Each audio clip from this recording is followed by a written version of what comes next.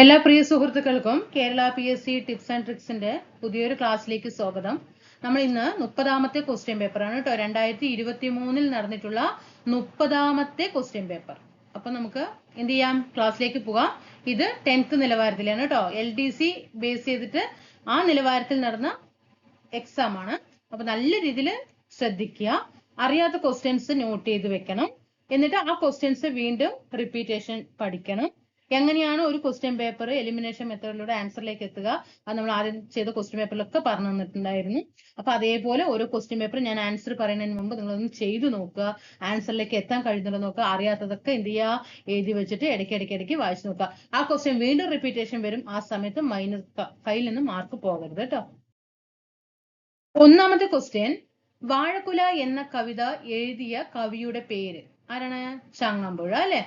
എന്നാണ് ലോക പരിസ്ഥിതി ദിനം? ജൂൺ 5. കേരളത്തിന്റെ ദേശീയ പക്ഷി ഏതാണ്? മലമുഴക്കി വേഴാമ്പൽ. അടുത്ത ഒളിമ്പിക്സ് നടക്കുന്നത് എവിടെ വെച്ചാണ്? 2024 കാര്യമാണ് പറയുന്നത് അല്ലെ. ബി ആണ് അല്ലെ, പാരീസ് ആണ് 2024. ബാണാസുര അണക്കെട്ട് ഏത് ജില്ലയിലാണ് സ്ഥിതി ചെയ്യുന്നത്? വയനാട്. ബാണാസുര അണക്കെട്ട് നമ്മൾ പറഞ്ഞു. മുൻ ഇന്ത്യൻ പ്രസിഡന്റ് ആയിരുന്ന APJ അബ്ദുൽ കലാമിന്റെ ജന്മസ്ഥലം എവിടെയാണ്? രാമേശ്വരത്താണ്. 6ാമത്തെ C ആണ്. ആരാണ് കമ്പ്യൂട്ടർ കണ്ടുപിടിച്ചത്? ചാൾസ് ബാബേജ് ആണ്. ശ്രീലങ്കയുടെ തലസ്ഥാനം ഏതാണ്? കൊളംബോ. 8ാമത്തെ ആൻസർ D ആണ് കേട്ടോ. 9ാമത്തെ, ഇന്ത്യയിലെ ഏറ്റവും വലിയ സംസ്ഥാനം. ഇന്ത്യയിലെ ഏറ്റവും വലിയ സംസ്ഥാനം ഏതാണ്? രാജസ്ഥാൻ ആണ്. ഇന്ത്യയിലെ ഏറ്റവും വലിയ സംസ്ഥാനം രാജസ്ഥാൻ. നമ്മുടെ ഇപ്പോഴത്തെ ആരോഗ്യ വകുപ്പ് മന്ത്രി ആര്? 10 C ആണ്, ശ്രീമതി വീണ ജോർജ്. ചില വ്യവസായ യൂണിറ്റുകളുടെ പേരുകൾ ചുവടെ തന്നിട്ടുണ്ട്. അതിൽ സഹകരണ വ്യവസായത്തിന് ഉദാഹരണം കണ്ടെത്തുക. ഇത് രണ്ടാം ആൻസർ വരുന്നത്, 11ാമത്തെ ആൻസർ വരുന്നത് B ആണ് കേട്ടോ. 2. അമുലാണ് സഹകരണ വ്യവസായത്തിന് ഉദാഹരണം. ഇനി സൂചനകൾ ശ്രദ്ധിക്കുക. ഇന്ത്യയിലെ ഏറ്റവും വലിയ സ്വകാര്യ മേഖല ഇരുമ്പുരുക്ക് വ്യവസായശാലയാണ് Visvesvara iron and steel works limited. Rourkela steel plant റഷ്യയുടെ സഹായത്തോടെയാണ് സ്ഥാപിച്ചത്. റൂർക്കേല നമുക്കറിയാം ജർമ്മനിയുടെ സഹായത്തോടെയാണ് അല്ലെ. റൂർക്കേല ജർമ്മനിയാണ്. അപ്പൊ 2ാമത്തെ എന്താണ്? തെറ്റാണ് അല്ലെ. 2ാമത്തെ തെറ്റാണ്. അപ്പൊ 12ാമത്തെ ഒന്ന് ഏതായിരിക്കും ആൻസർ വരിക? ഒന്ന് ചെയ്ത് നോക്കിക്കേ. 12ാമത്തെ D-യില് 2ഉം ശരിയല്ല. ഇവിടെ ഏറ്റവും വലിയ സ്വകാര്യ മേഖലയല്ല, ദക്ഷിണേന്ത്യയിലെ എന്നാണ് വരേണ്ടത് അല്ലെ. അപ്പൊ 2ഉം ശരിയല്ല. നിന്ന് പ്രാദേശികവാദത്തിന്റെ പേര് തിരിച്ചറിയുക. ഉത്തരേന്ത്യൻ സമതലങ്ങളിൽ വീശുന്ന ഉഷ്ണക്കാറ്റ് എന്ന് കേൾക്കുമ്പോൾ തന്നെ നമുക്ക് ഇതിലേക്ക് ഉത്തരം എത്തിപ്പോകാൻ പറ്റും അല്ലെ. ലൂ ആണ്. അപ്പൊ ലൂവിന്റെ സവിശേഷതകൾ എന്തൊക്കെയാണ്? ഉത്തരേന്ത്യൻ സമതലങ്ങളിൽ വീശുന്ന ഉഷ്ണക്കാറ്റാണ്.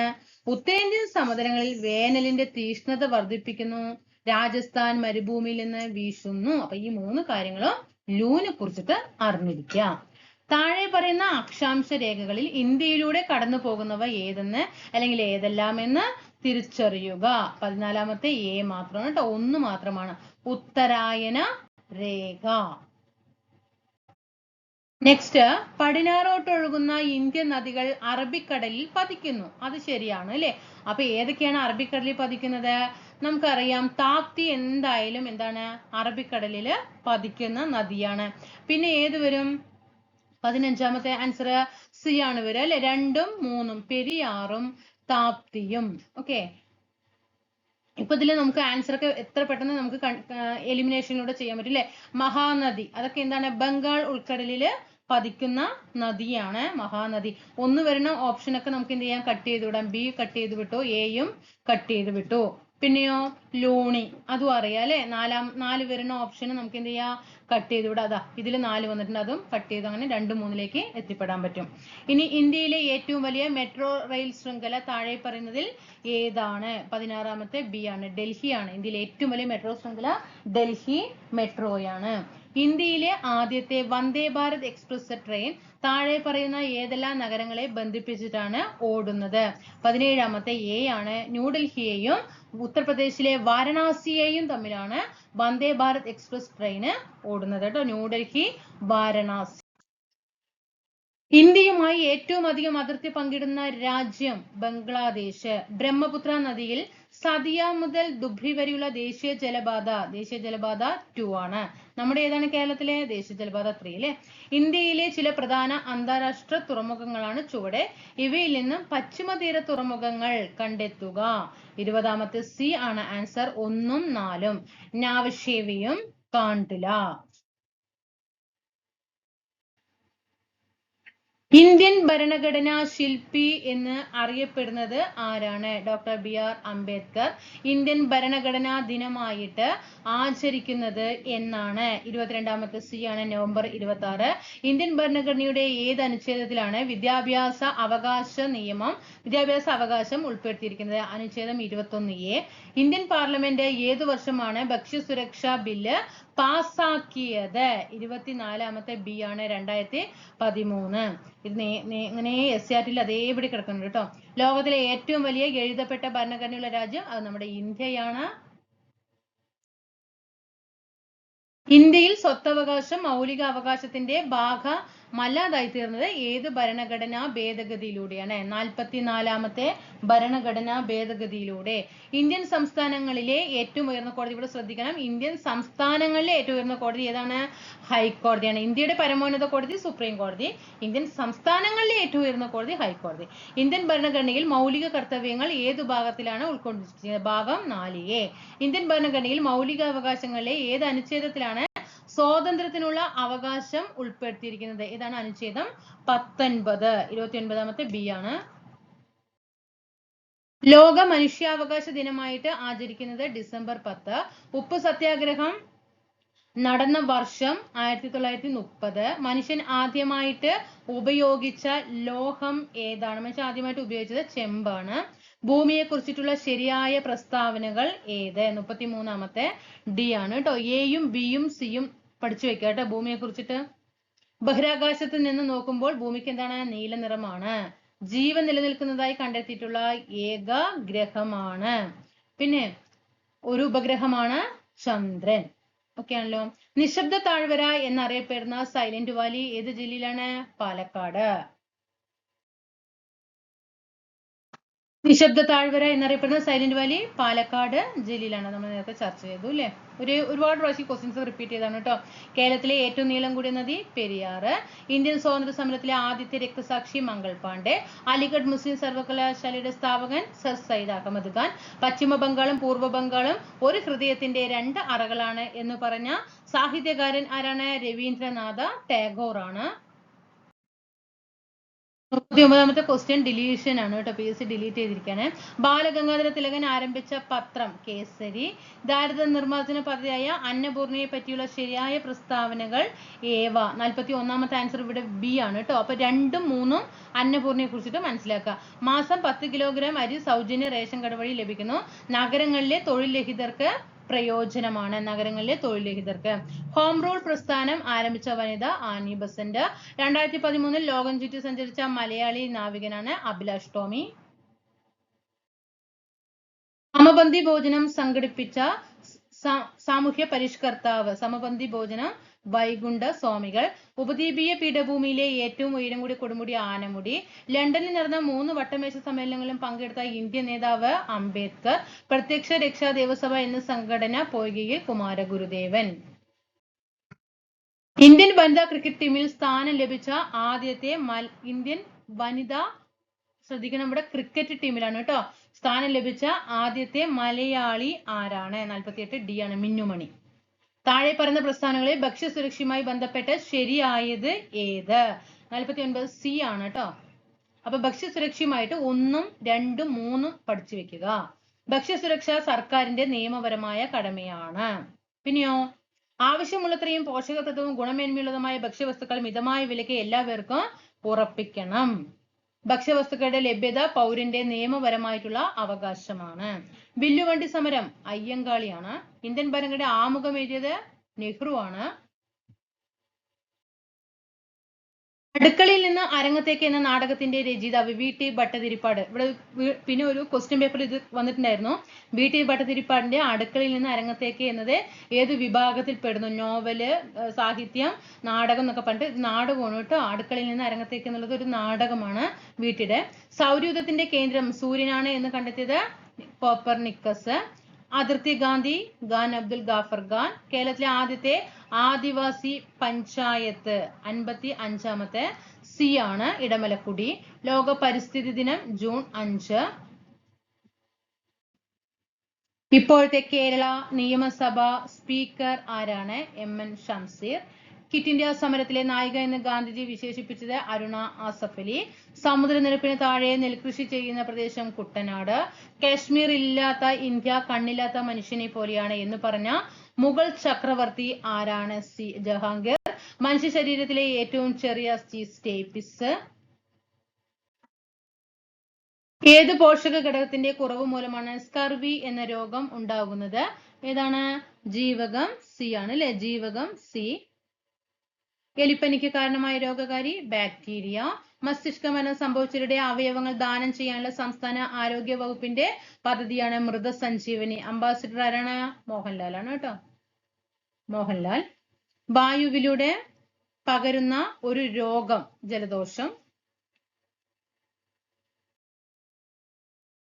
1972 അമേരിക്കയിൽ DDT നിരോധിക്കാൻ കാരണമായ പുസ്തകം സൈലന്റ് സ്പ്രിംഗ് അല്ലെ? അതായത് റേച്ചൽ കേഴ്സന്റെ സൈലന്റ് സ്പ്രിംഗ്, അതായത് നിശബ്ദ വസന്തം. താഴെ തന്നിരിക്കുന്നവയിൽ സങ്കര ഇനം പാവൽ ഏതാണ്? 67ാമത്തെ ബി ആണ് പ്രിയങ്ക. ശാസ്ത്രീയമായി തേനീച്ച വളർത്തുന്ന രീതി കൃഷി ഏതാണ്? എപ്പികൾച്ചർ അല്ലേ? 68ാമത്തെ ഡി ആണ് എപ്പികൾച്ചർ.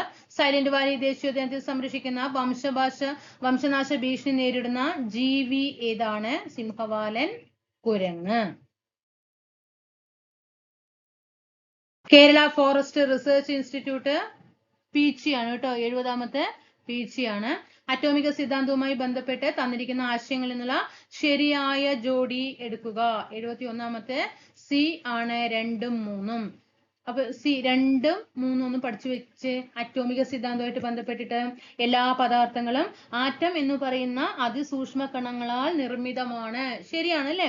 ഒരു മൂലകത്തിന്റെ ആറ്റങ്ങളെല്ലാം ഗുണത്തിലും വലിപ്പത്തിലും മാസിലും സമാനമായിരിക്കും. ഇതൊക്കെ SCRT കിടക്കുന്നുണ്ട് കേട്ടോ. പീരിയോഡിക് ടേബിളിലെ ക്രമാവർത്തന പ്രവണതയുമായി ബന്ധപ്പെട്ട് തന്നിരിക്കുന്നവയിൽ ശരിയായിട്ടുള്ള പ്രസ്താവന ഏത്? 72ാമത്തെ ബി ആണ്. പീരിയോഡിക്കൽ ഇടത്ത് നിന്ന് വലത്തോട്ട് വരുമ്പോൾ ലോഹത്തിന്റെ സ്വഭാവം കുറയുന്നു. ഇടത്തു നിന്നും വലത്തോട്ട് പോകുന്തോറും ലോഹ സ്വഭാവം കുറയുകയാണ്. ചുവടെ തന്നിരിക്കുന്നവയിൽ നിന്ന് ഓക്സിജന്റെ പ്രത്യേകതകളുമായി ബന്ധപ്പെട്ട് ശരിയായത് തെരഞ്ഞെടുക്കുക. 73ാമത്തെ ഡി ആണ്. ജലത്തിൽ ലയിക്കുന്നു, കത്താൻ സഹായിക്കുന്നു, നിറമില്ല. അലുമിനിയത്തിന്റെ അയിര് ബോക്സൈറ്റ്. കാഡ്മിയം സൾഫൈഡ് ഗ്ലാസിന് കൊടുക്കുന്ന നിറം എന്താണ്? 75 എ ആണ് കേട്ടോ, മഞ്ഞ. മാസുമായി ബന്ധപ്പെട്ട് താഴെ തന്നിരിക്കുന്ന പ്രസ്താവനകളിൽ ശരി ആയത് കണ്ടെത്തുക. 76ാമത്തെ ആൻസർ ഡി ആണ്. 1ഉം 2ഉം 3ഉം. 1, 2, 3. അപ്പൊ മാസുമായിട്ട് പഠിച്ചിരിക്കേണ്ട കാര്യങ്ങളാണിത്. പദാർത്ഥത്തിൽ അടങ്ങിയിരിക്കുന്ന ദ്രവ്യത്തിന്റെ ആകെ അളവാണ് മാസ്. പിന്നെയോ പ്രപഞ്ചത്തിന്റെ എല്ലായിടത്തും മാസ് സ്ഥിരമായിരിക്കും. പിന്നെ ഇതിന്റെ യൂണിറ്റ്, മാസിന്റെ യൂണിറ്റ് കിലോഗ്രാം ആണ്. ഓക്കെ, മാസിന്റെ യൂണിറ്റ് കിലോഗ്രാം ആണെന്നുള്ളത് അറിയാവുന്നവർക്ക് നമുക്ക് ഇതിലേക്ക് പെട്ടെന്ന് ആൻസറിലേക്ക് എത്താം അല്ലെ? കാരണം 3 എന്തായാലും ആൻസർ ആയിട്ട് വരണം. ഒന്നാമത്തെ ഓപ്ഷനിൽ 3 ഇല്ല, തെറ്റിട്ടു. ബിയില് 3 ഇല്ല, തെറ്റിട്ടു. പിന്നെ ബാക്കി സിയിലും ഡിയിലും എന്തുണ്ട്? 3 ഉണ്ട് അല്ലെ? ഇതിന്റെ യൂണിറ്റ് ന്യൂട്ടൺ ആണ്. മാസിന്റെ യൂണിറ്റ് ന്യൂട്ടൺ അല്ല അല്ലെ? അപ്പൊ 4 എന്താണ്? ഇവിടെ തെറ്റാണ്. 4 തെറ്റാണ് അല്ലെ? അപ്പൊ 4 എന്തായാലും ഓപ്ഷനിൽ വരാൻ പാടില്ല. ഇവിടെ 4 വന്നിട്ട് അപ്പൊ ഇതും തെറ്റിട്ടു. ബാക്കി അപ്പൊ ഡി ആണ് ശരിയായിട്ടുള്ളത്. വാഹനം ഓടിക്കുമ്പോൾ ഡ്രൈവർക്ക് പിന്നിൽ നിന്ന് വരുന്ന വാഹനങ്ങൾ കാണാൻ ഉപയോഗിക്കുന്ന ദർപ്പണം ഏതാണ്? കോൺവെക്സ് ദർപ്പണമാണ് കേട്ടോ. ഞാൻ എപ്പോഴും ക്ലാസ് എടുക്കുന്ന സമയത്ത് നിങ്ങൾ അങ്ങനെ പഠിക്കും, ഇങ്ങനെ പഠിക്കും, അത് ചെയ്യും, ഇത് ചെയ്യും, സമയം കളയേണ്ട, മാസമായി, ഡേറ്റായി, ഓരോ നമുക്ക് നമ്മ തന്നെ ഉള്ളൂ എന്നൊക്കെ പറഞ്ഞിട്ട് ഞാൻ എപ്പോഴും ക്ലാസ് എടുക്കുമ്പോൾ പറയുന്നുണ്ട്. പിന്നെ നിങ്ങൾ അങ്ങനെ പഠിക്കും, അങ്ങനെ പഠിക്കും എന്നൊക്കെ പറയാറുണ്ട്. കാരണം എന്താ പറയുക, ഓരോരുത്തരും ഓരോരോ സാഹചര്യങ്ങൾ എത്രത്തോളം വെല്ലുവിളിച്ചിട്ടാണ് ഇതിന്റെ മുന്നിൽ ഇരിക്കുന്നത് എന്നുള്ളത് നമ്മൾ അത് എങ്ങനെയാണ് ഒരു PSC പഠിക്കുന്നവർക്ക് മാത്രമേ മറ്റൊരു PSC പഠിക്കുന്ന വ്യക്തിയെ മനസ്സിലാക്കാനായിട്ട് പറ്റുള്ളൂ. അല്ലാത്തവർക്ക്, ഇപ്പോൾ ഒരു ജോലി ഉള്ളവർക്ക്, ഇപ്പൊ എനിക്കൊരു ജോലിയൊക്കെ ഉണ്ട്, എന്നിട്ടാണ് ഞാൻ ഒരു യൂട്യൂബ് ക്ലാസ് തുടങ്ങട്ടെ PSCക്ക് വേണ്ടിയിട്ട് പറഞ്ഞ് തുടങ്ങിയേ, മറ്റൊരു കുട്ടികളുടെ മാനസികാവസ്ഥ എന്താണെന്നുള്ളത് അറിയാൻ കഴിയില്ല. എത്രത്തോളം ഇതിൽ കഷ്ടപ്പാട്, എത്രത്തോളം ഇതിൽ ഡെഡിക്കേഷൻ, എത്രത്തോളം നമ്മുടെ ജീവിതത്തിന്റെ പകുതി നമ്മൾ ഇതിലങ്ങോട്ട് തീർക്കുകയാണ് അല്ലേ. എന്നിട്ട് നമ്മൾ ലിസ്റ്റിൽ എന്താണ് സപ്ലൈ വരും, ചിലപ്പോൾ മെയിൻ ലിസ്റ്റിൽ ഉണ്ടാവും, ജോലി കിട്ടാതെ വരും, എക്സാമുകളില്ല, കോവിഡ് കാരണം, പരിഷ്കാരങ്ങൾ കാരണം, ഇതൊക്കെ കാരണം നമ്മൾ അതിലൊക്കെ ആപ്പെട്ട് ഇതൊക്കെ നമ്മൾ മാനസിക സമ്മർദ്ദം ഏൽക്കുന്ന ആൾക്കാരാണ്. ഇതൊക്കെ ഞാൻ അനുഭവിച്ചത് കൊണ്ടാണ്. മറ്റുള്ളവർക്കും ഇതേ വിഷമങ്ങൾ ഒരുപാട് ഉണ്ടാകും എന്നുള്ളത് അതുകൊണ്ടാണ് ഞാൻ ഒരുപാട് ഡയലോഗുകൾ അടിക്കാൻ നിൽക്കുന്നത്. അപ്പോൾ ഡയലോഗുകൾ കുറയ്ക്കാൻ നോക്കാം, പരമാവധി കുറയ്ക്കാൻ നോക്കാം. പക്ഷെ നമുക്കൊരു ക്ലാസ് ചെയ്യുമ്പോൾ മുന്നിൽ ആത്മാർത്ഥതയോടുകൂടി ചിലപ്പോൾ എന്തൊക്കെ സാഹചര്യങ്ങൾ, ചിലപ്പോൾ ഒരു കുട്ടി ഉണ്ടാവും, അവരെ ഉറക്കം കിടത്തിയിട്ട് ഒരു അരമണിക്കൂർ ആ ഒരു പ്രീവിയസ് ക്വസ്റ്റ്യൻ ഉണ്ടോ എന്ന് ചെയ്ത് നോക്കട്ടെ വേണ്ടിട്ട് നമ്മുടെ ക്ലാസ്സിലേക്ക് വരുമ്പോൾ നമ്മളൊരു ചെറിയൊരു മോട്ടിവേഷൻ, നിങ്ങൾ അങ്ങനെ ചെയ്യൂട്ടോ, ഇങ്ങനെ ചെയ്യും വരുമ്പോൾ അതൊരു എനർജി ആകണമെങ്കിൽ ആയിക്കോട്ടെ എന്ന് പറഞ്ഞിട്ടാണ്. അല്ലാതെ എനിക്ക് ഒരിക്കലും ഡയലോഗ് അടിക്കണമെന്നില്ല.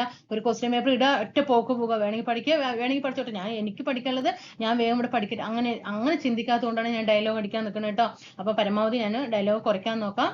അപ്പം എന്തായാലും പഠിക്കുക കേട്ടോ, നന്നായിട്ട് പഠിക്കുക, അത്രേ പറയാനുള്ളൂ. ആദ്യ സ്ഥാനത്ത് നിന്നും അന്ത്യസ്ഥാനത്തേക്കുള്ള നേർരേഖാ ദൂരമാണ് 78ാമത്തെ B സ്ഥാനാന്തരം. ഊർജത്തിന്റെ യൂണിറ്റ് ഏതാണ്? ജൂൾ ആണ്. വികിരണം വഴിയുള്ള താപപ്രേഷണവുമായി ബന്ധപ്പെട്ട് താഴെ തന്നിരിക്കുന്ന പ്രസ്താവനകളിൽ ശരിയായത് തെരഞ്ഞെടുക്കുക. 80ാമത്തെ C ആണ്. പ്രസ്താവന 3 ആണ് കേട്ടോ. ഇവിടെ ഏതിനാ ചോദിച്ചിരിക്കുന്നത്? വികിരണം വഴിയുള്ള താപപ്രേഷണത്തിൽ ശരിയായതാ ചോദിച്ചിരിക്കുന്നത്. ആൻസർ C ആണ് കേട്ടോ. പ്രസ്താവന ഏതാണ്? 80ാമത്തെ ആൻസർ C ആണ്. എന്ത് വരും? മൂന്നാമത്തെ വായിച്ചു നോക്കിയേ. മാധ്യമത്തിന്റെ സഹായം ഇല്ലാതെ താപപ്രേഷണം ചെയ്യപ്പെടുന്ന രീതിയാണ് വികിരണം. ഓക്കെ ആയല്ലോ.